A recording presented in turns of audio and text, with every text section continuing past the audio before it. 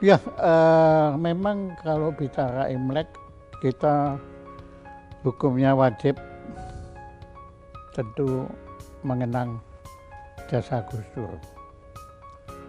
Berulang kali saya sudah menyatakan tanpa Gus Dur, mungkin wawancara hari ini aja mungkin nggak ada ya, kita anak Imlek akan waktu itu kan bukannya apa, tapi dilarang kan dirayakan di bumi Indonesia ini.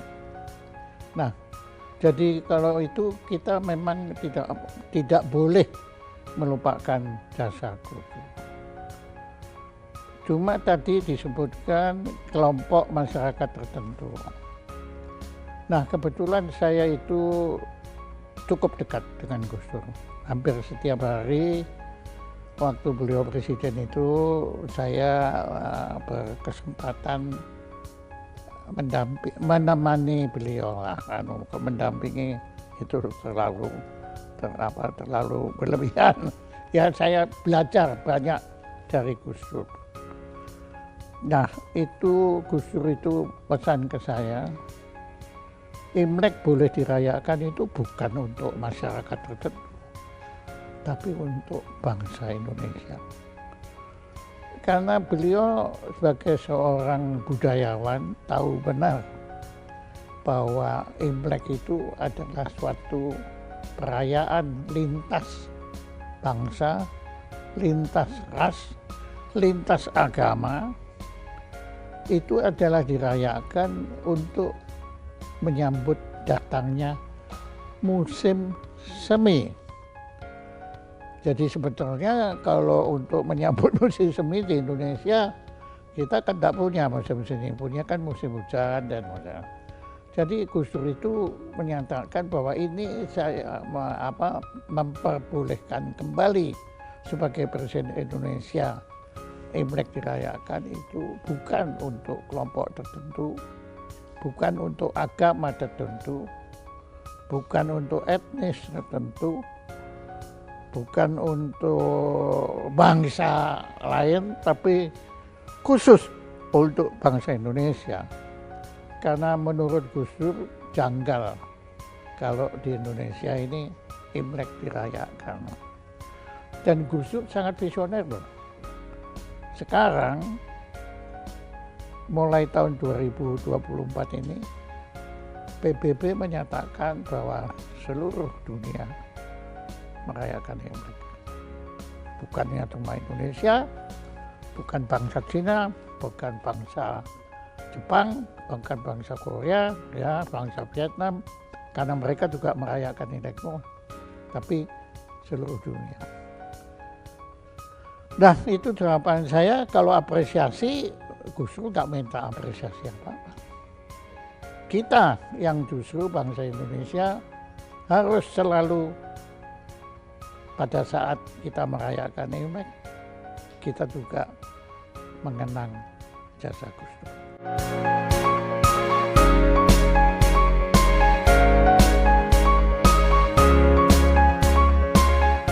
Banyak. Ya, minimal saya nggak tahu ya orang lain, tapi minimal saya. Profesor Emil Salim itu pada saat Mei 98 tragedi itu mulai meletus, beliau menelpon saya.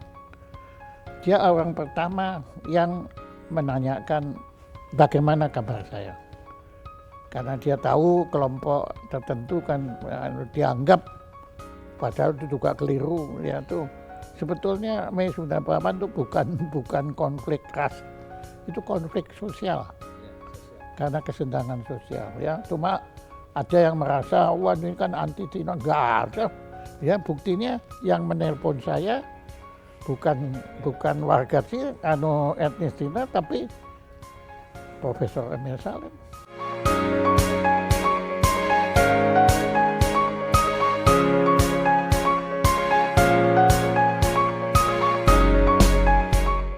Dia masing-masing merayakan di dalam, yang merayakan loh ya, itu merayakan ya di dalam keluarga sendiri, nggak masalah. Ya, kenapa harus dirayakan terbuka-buka? Nggak, waktu itu sebetulnya nggak ada masalah. Ya, tapi Gus Dur tahu bahwa ini nggak benar.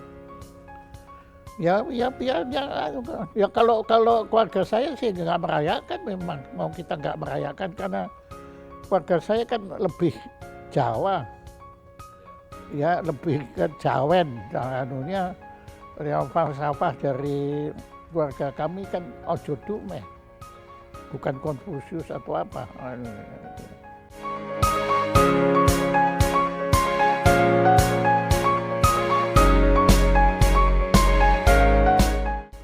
Menurut saya itu pandangan yang distortif ya, anunya karena pada kenyataannya enggak dari dulu. Kwek Kianggi itu sebelum Imlek sudah berjuang dia untuk negara ini. Suhoki apa ngerayakan Imlek enggak? Ya, anunya teman-teman saya itu semua mereka sudah mengabdi kepada negara ini.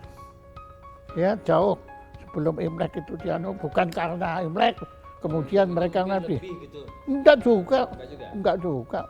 Mengenai ada yang memanfaatkan itu tuh terserah masing-masing tuh. Tapi kalau teman-teman saya, terutama yang saya hormati Bapak Kwek Kianggi, itu nggak ada, kita nggak pernah ngomong Imlek itu nggak pernah. Dia mengajarkan saya, kamu warga Indonesia, titik. Nggak ada embel-embel keturunan itu nggak ada. Nah itu kalau ada embel-embel itu malah kita kan semua nggak suka kan diskriminasi. Memang kita kalau nggak mau didiskriminasi ya jangan mendiskriminasikan diri tuh. Kalau kita dia ya otomatis kita dianggap lain kan. Nggak pernah.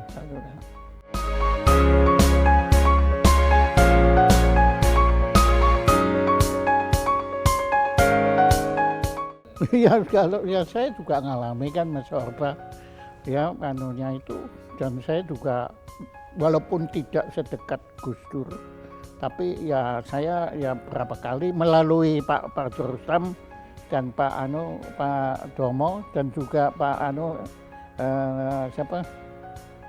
Ibnu Sutowo itu kan sahabat-sahabat dan guru-guru saya itu ya beliau tidak membatasi.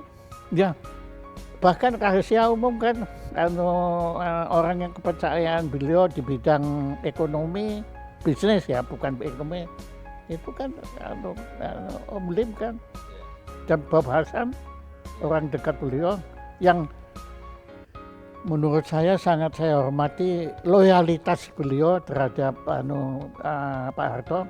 Ya, karena setelah Pak Harto mundur pun beliau tetap setia kan, tidak ikut menjelek-jelekan Pak Harto kan, itu babasan.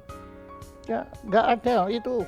Ini pandangan-pandangan seperti ini itu yang menyebabkan orang-orang yang tertentu itu merasa bahwa kelompok etnis Cina ini didiskriminasi. Menurut saya, wong malah kita kan terus kan mewarisi mazhab penjajah, di mana justru kan dibagikan kelompok penjajah Belanda Barat atas, kemudian yang medium kan kelompok ini Asia, keturunan Asia, bukan cuma Cina saja, tetapi juga Arab dan India itu masuk kan, kemudian baru yang disebut pribumi. Ya, nah itu kan nggak benar. Tapi kemudian itu dilanjutkan. Nah kemudian dibalik, anggap bahwa kelompok China, maka saya nggak nyebut kita, tapi kelompok ini dianggap didiskriminasi dan bahkan menyamakan dengan seperti orang-orang Indian atau orang Negro itu waktu itu saya masih ingat benar. Ya beda banget ya. Kalau Negro itu memang ditindas. Iya, kita kan enggak Pak Kwek Kianggi juga enggak merasa dikebiri waktu itu. Memang kebetulan beliau adalah oposisi, ya. Tapi beliau punya tetap sama kok. Ini yang cerita Pak Kwek ya, karena saya waktu itu masih terlalu muda lah untuk ngerti itu. Kalau privilege saya kira mendapat kesempatan ya untuk berbisnis, dan apalagi kemudian dibilang lah kita kan enggak boleh di militer. Padahal ya banyak loh keturunan jenderal-jenderal itu, aduh, anunya tuh, ya itu aneh, sebetulnya aneh itu semua itu. Itu adalah distorsi suasana sebetulnya. Enggak juga kok. Ya mengenai banyak teman-teman kita yang kebetulan keturunan itu kemudian menjadi sukses, itu bukannya privilege, tapi perjuangan mereka juga masing-masing. Ya kan, saya kenal keluarga Eka Cipta, keluarga Ciputra, keluarga Jarum, ya itu kan sahabat yang saya nggak begitu kenal kan keluarga Gudang Garam ya. Tapi kalau yang lain itu cukup dekat. Dan saya tahu benar mereka bukan menjadi sukses bukan karena privilege, karena perjuangan dan kesempatan kan, karena boleh kan. Nah kalau kamu nggak boleh bisnis ya mati anunya.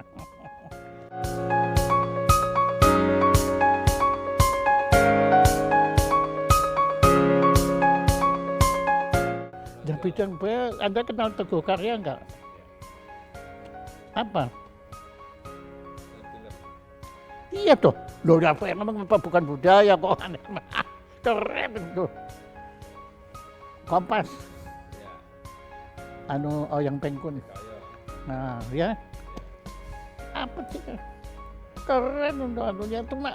Ini loh, agak aneh juga. Kemudian kita dikelompokkan seolah-olah kita itu nggak ada senimannya.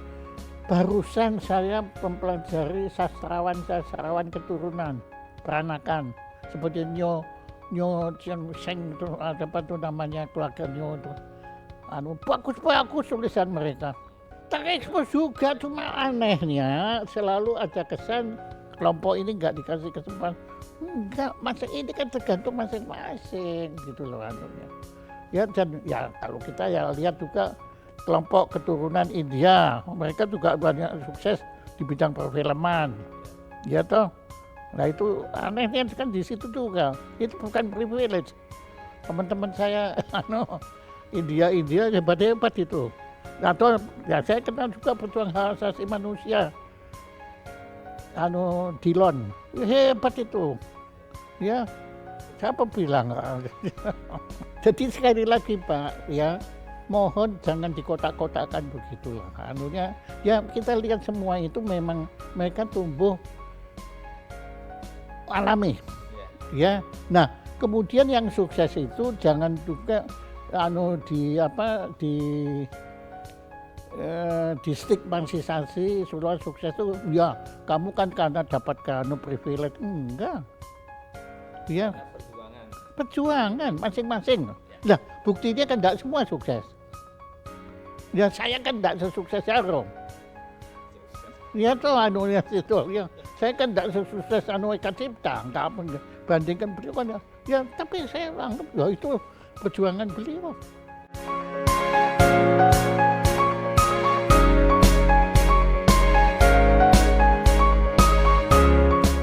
Jangan salahkan kalau mereka juga tentunya cari dukungan dari kelompok-kelompok tertentu atau ngomongan seginilah. Ya tentunya ya para politisi ini kan senang kalau didukung oleh orang yang kaya gitu kan ya lah kan semua orang kaya, tidak semua orang kaya kan kelompok ini ya kayak Khairul Tanjung kan enggak ya itu jadi ya saya kira itu wajar aja, tapi makanya sekali lagi lah jangan menciptakan suasana diskriminatif. Ya itu nanti masalahnya itu nanti malah yang ketemu itu kecemburuan dan macam-macam itu ya. Kita bukan kelompok tertindas kalau pakai kita loh ya, makanya saya kan tidak bilang kita, tapi oke lah kita bilang kelompok keturunan ini bukan kelompok tertindas seperti teman-teman kita African American itu memang itu tertindas. Walaupun belakangan sudah enggak.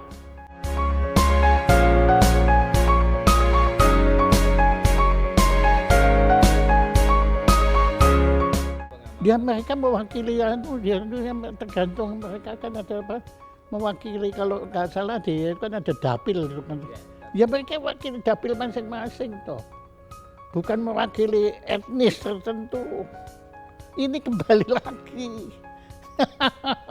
Ya, itu mereka adalah wakil dari dapil mereka masing-masing.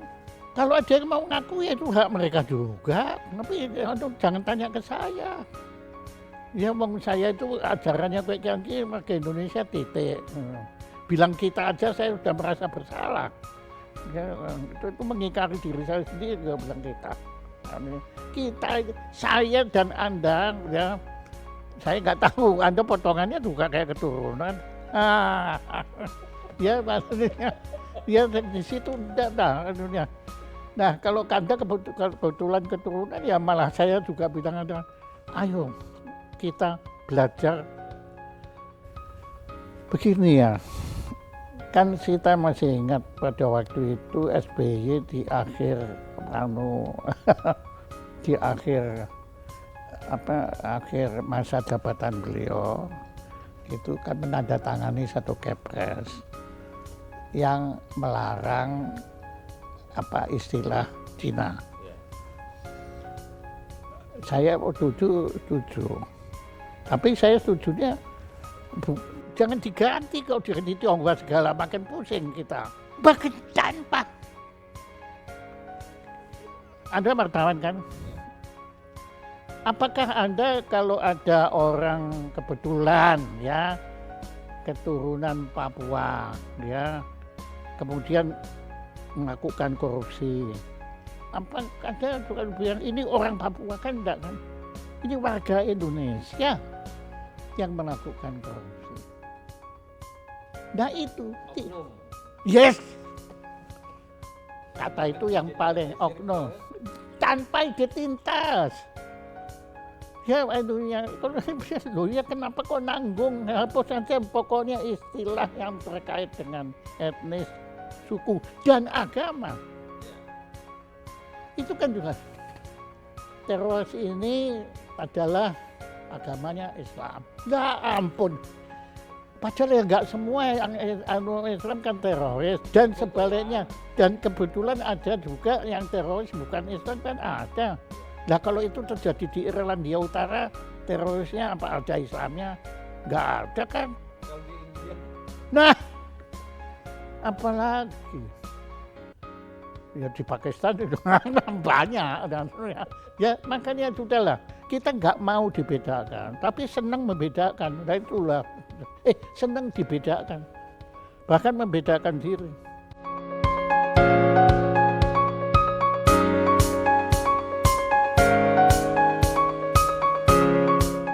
Itu sebetulnya membenarkan apa yang diajarkan Kiai Haji Istiqlal, bahwa pada prinsipnya kita itu semua adalah warga Indonesia, titik.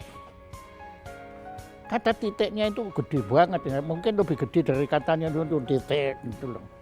Itu Pak, ya itu kan fakta yang membenarkan. Kok tidak ada yang besar? Ya, PSI pun kan sudah menghilangkan identitas itu kan, anunya situ. Walaupun nanti musuhnya PSI maki-maki saya ini nanti anunya. Ya tapi anunya dalam hal ini kan PSI sudah juga tidak ada tuh identitas etnis sudah ada lagi. Ya.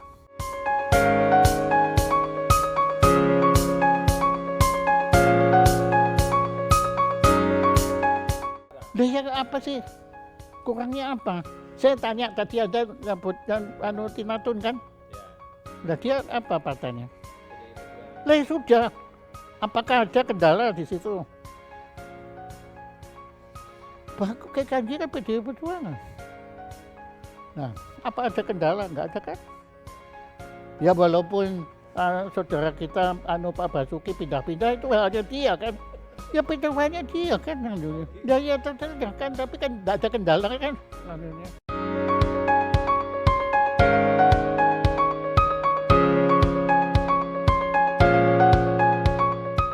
Sekarang kan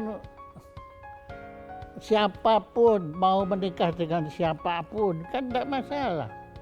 Yang tinggal masalah kan tinggal agama saja.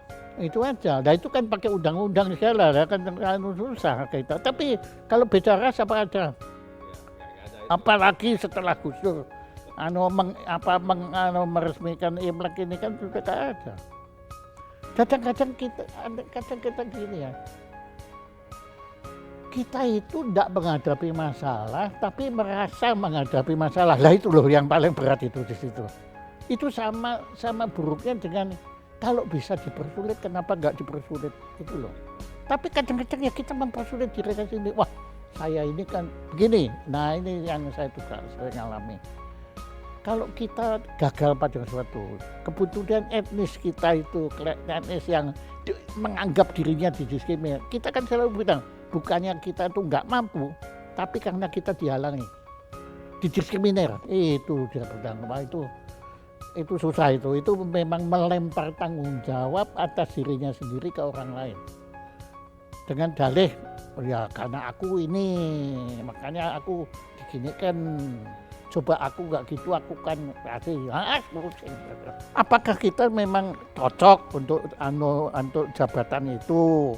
Apakah kita itu memang berbakat apa enggak? Ya itu sama aja seperti kita memilih mau jadi seniman atau menjadi pengusaha.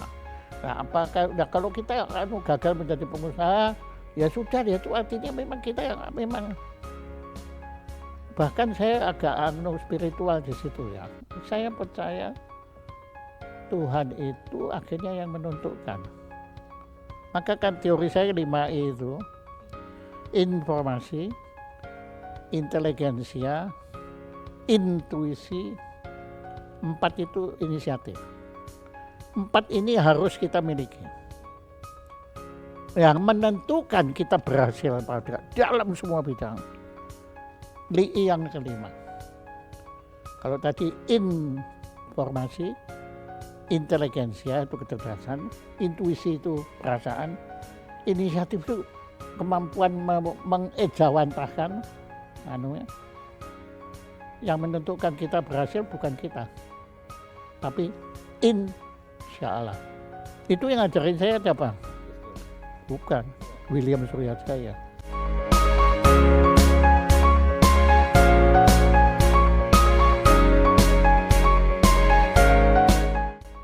Ya kan, jangankan perusahaan saya ini, sekarang saya wawancara, kalau beliau bilang ini orang sudah ngomong aja kerjanya, ya kamu berhenti, mati saya sekarang berhenti kok. Ya itu yang kehendak yang Maha Kuasa kan kalau nggak salah Anda mau tanya, sebetulnya Anda merasa diri saya itu apa, mungkin nggak sampai hati kan. Tidak apa-apa, saya tanya aja, karena itu biasanya selalu begitu pertanyaannya. Kalau Anda ini mungkin takut saya marah, makanya Anda tanya. Padahal justru pertanyaan itu yang saya tunggu. Anda mau tahu, saya merasa saya apa? Atau ingin menjadi apa, gitu lah. Kalau mau saya merasa ini kan saya sudah menentukan, dan saya bilang enggak. Saya itu dalam pencarian. Mau jadi apa saya? Kenapa kok saya lewat kartun? Karena kartun itu dulu untuk cari bakat saya. Kenapa kok saya menulis? Karena saya nunggu mati saya ini, wah kerjaan saya apa? Ya yang paling bisa saya lakukan, nulis kan di mana saya bisa. Sekarang apalagi sudah ada komputer, kalau dulu kan pusing. Kalau keliru baru pakai tipex, pusing kan. Nah kalau sekarang kan gampang aja kan, tinggal begitu aja. Copy paste saja kan, maksudnya copy paste tulisan saya sendiri loh, bukan copy paste tulisan orang lain ya terus musik ya, itu apa, itu karena saya sambil menunggu aja saya ingin jadi apa, manusia. Paling susah Pak, maka saya mendirikan Sanggar Pembelajaran Kemanusiaan. Nah, kalau ini betul-betul sudah sementara ini sudah menjadi keyakinan saya. Kemanusiaan adalah mahkota peradaban. Kita perhatikan teman-teman putra terbaik kita 6 orang itu, yang kalau Anda bilang tahun politik, padahal setiap tahun ya tahun politik, ya tahun pemilihan lah, nah itu di situ.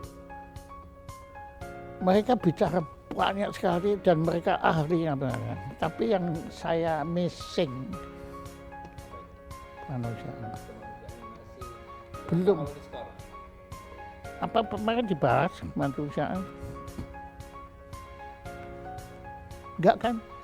Karena kemanusiaan Secara itu. umum dalam bidang pendidikan. Nah ya makanya. Nah lagi kan semua kan dipersempit lagi kan. Padahal semua itu apa? Itu kan peradaban.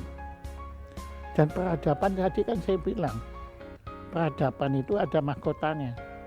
Mahkotanya itu bukan politik, bukan budaya, bukan ekonomi, bukan duit, tapi kemanusiaan. Selama kita meletakkan manusiaan di atas segala-galanya, kemungkinan besar kita nggak keliru.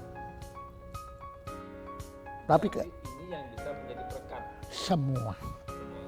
Makanya hilangkanlah identitas etnis. Hilangkanlah identitas suku. Bahkan sementara ini masih sulit, yaitu hilangkanlah identitas bangsa. Kalau kita sudah bersatu, di mana persatuan bangsa-bangsa itu sudah nggak ada, tapi menjadi persatuan bangsa manusia, kemanusiaan. Nggak ada lagi masalah Palestina, nggak ada masalah Ukraina, nggak ada masalah dua Cina, ya. Dan Jepang nggak bakal dia merambah sampai ke mana-mana, sampai ke Indonesia, walaupun nasib Indonesia dibanding dengan Cina oleh Jepang bukan apa-apanya. Pembantaian Nanking itu dahsyat. Itu ceritanya ngeri itu. Kita itu masih beruntung lah, walaupun saya tahu korban itu. Iya, walaupun dibanding dengan Cina jauh kita. Dan juga tidak ada pembantaian waktu itu karena paham komunisme dan lain-lain. 30S, di mana ayah saya menjadi korban. Gak ada itu semua. Tapi saya terima semua dan saya nggak ada dendam saja, saya nggak tahu yang bunuh ayah saya siapa, nggak tahu. Nah makanya itu kalau boleh saya ungkapkan sementara ini, jadikanlah kemanusiaan itu menjadi mahkota peradaban. Yang benar-benar didengar oleh. Oh ya kalau didengar sih didengar, tapi nggak dipedulikan Pak. Dengar gampang Pak. Kan zaman sekarang bisanya kan hearing semua kan punya. Ya kecuali teman-teman kita yang tunarungu ya, tapi kita kan, tapi kita nggak bisa listening. Nah itu. Dan makin kita nggak peduli. Kalau tidak peduli itu berarti apa yang tumbuh? Peradaban. Ya karena memang kita belum menjadi manusia. Susah Pak, jadi manusia itu susah. Dan maksud pencipta, ya, kalau saya bilang nanti Tuhan, nanti kan ada yang bilang itu Allah, ada yang bilang itu ateis, bahkan teman-teman ateis bilang Tuhan nggak ada ya. Tapi kan saya tetap yakin kan ada pencipta itu ada kan, nggak mungkin lah. Ya Stephen Hawking pun walaupun dia ateis tapi dia nggak percaya bahwa tidak ada pencipta, nggak mungkin. Pasti ada dulu awalnya tuh pasti yang ya sampai sekarang sebetulnya. Ya kalau kita pikir juga gerak-gerik planet kita kenapa elips segala, wah pusing Pak kita. Ya, semua itu ada yang bergerak. Ini ya.